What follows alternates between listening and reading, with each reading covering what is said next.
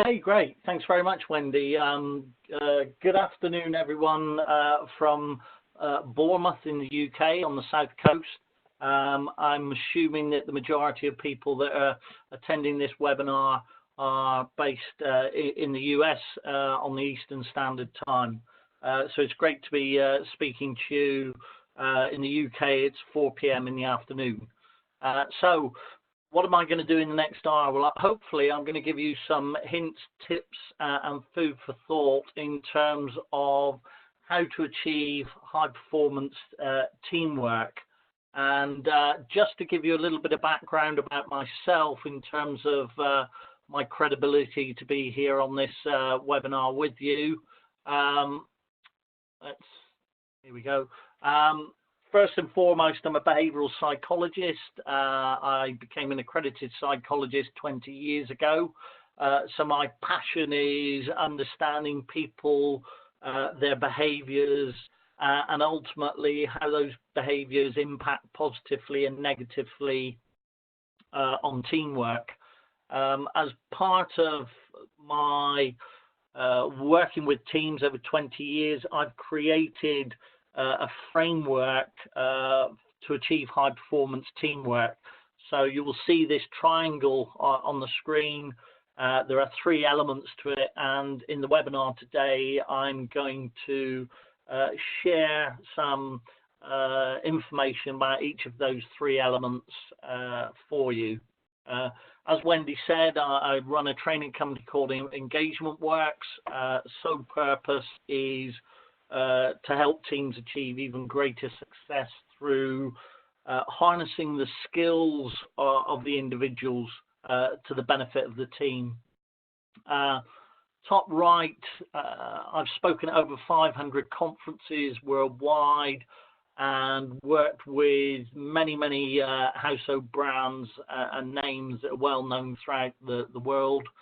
And when I'm not speaking at conferences or working with teams, I love paying it forward. So in the bottom right of the screen, you'll see just the headline, one of the blogs I wrote and I post regularly, which was about some teamwork that I undertook when I spoke at a leadership conference in Beijing. So moving on. I'm sure, like me, you want to work in a high-performing team. The feeling, if you're working in a high-performing team, it was fantastic. You feel motivated, you feel inspired. There's a positive energy and culture within the team, so it feels really good. However, research would suggest that only 10% of teams are actually high performing. 50% of teams are average, okay, and frighteningly 40% of teams are actually dysfunctional. And I don't know about yourselves, but personally, over the years that I've worked in various corporate organizations, I've actually worked in dysfunctional teams, and it doesn't feel nice at all. In fact, it's one of those situations where on a Sunday evening, all you can think about is, oh my goodness, I've got to go back into work on a Monday, and our team are just not performing effectively. So because of these statistics, I thought I would take the opportunity to get some feedback from leaders. And as I said, 3 years ago, I had the opportunity to run a leadership session, a presentation in Beijing in China. And at that conference, there were 140 leaders from 35 countries around the world. So I just threw out the questions to them. So what holds you back as a leader and what holds your team back in terms of achieving high performance? And on the screen, you'll see some of the top level summaries of what people came back with. team members don't know the skills of the individuals in our team. We don't have the tools to help us lead our teams effectively. There's often a lack of common understanding of what our team exists to do, and we don't regularly reflect and review how effectively we're working as a team because we haven't got the tools to do so. And so these were recurring themes from many of the leaders that I got this feedback from, and that then got me to think about the really important things that you need to do if you're going to make a high-performing team. I came up with this model, this framework called the Golden Triangle of high-performance teamwork. So 3 elements here: who's in your team, what the team exists to do, and how effectively your team is working together. And over and above that, I created a model which teams are able to measure how effectively they are working together. So that forms the central circle that I'll on the screen that I'll share with you in a little bit later on. So there are 2 things that each and every one of us bring to a team. There are technical skills. So what are your technical proficiencies? It could be something within IT that you are proficient at. It could be that you are a wizard at using Excel or Word or PowerPoint.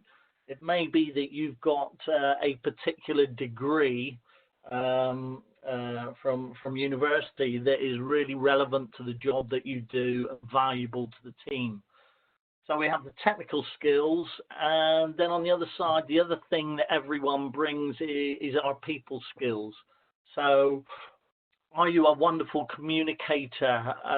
Do you love planning? Do you love spotting risks?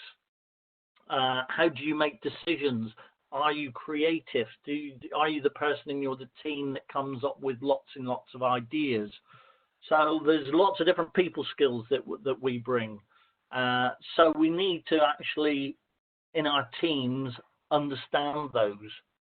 Now, there was some research done by the Carnegie Institute of Technology that actually put a financial success measurement on what was the amount that was generated from people skills and that was due to technical skills. And if you're able to use the Q&A at the moment on screen, just give me a figure that you think would relate to the percentage to do with people skills. So both percentages add up to 100. So what I'm looking for is just some feedback as to what you think the percentage is of financial success that is generated from people skills.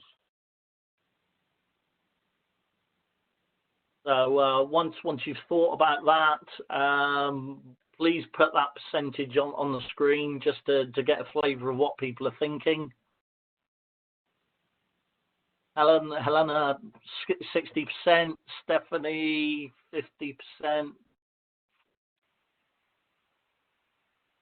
financial 40, okay, so we've got the 60-40, Sonia 65 on the people skills. Anybody think it's higher than 65? Susan 25, people 75. Anyone higher than 75 for the people skills?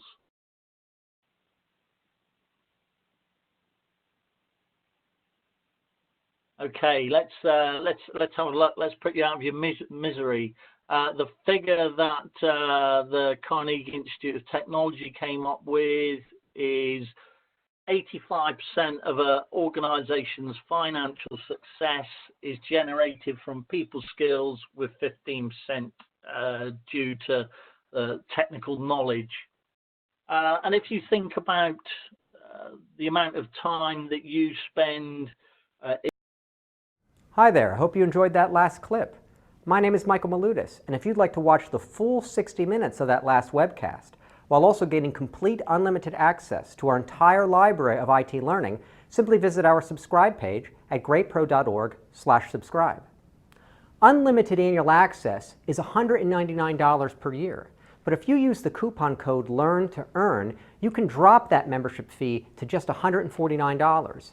That's less than $13 per month for unlimited access to over 1,000 hours of on-demand career development, covering the entire spectrum of IT management best practices, including business analysis and requirements, software development, quality and testing, risk management, process improvement, project management, and even digital transformation. But your membership doesn't just give you unlimited access to our vast learning library. You also get free access to our mobile app, as well as direct access to our network of over 300 of the world's leading IT consultants, all of whom are dedicated to putting practical knowledge at your fingertips so that you can learn more and earn more. I hope you will join me in becoming a member of the Great IT Professional and advancing your career with us. And if you're on YouTube, don't forget to hit that subscribe button above so that you get notified whenever we publish new free webcasts each week of the year. Thank you for your time and best wishes for your continued success.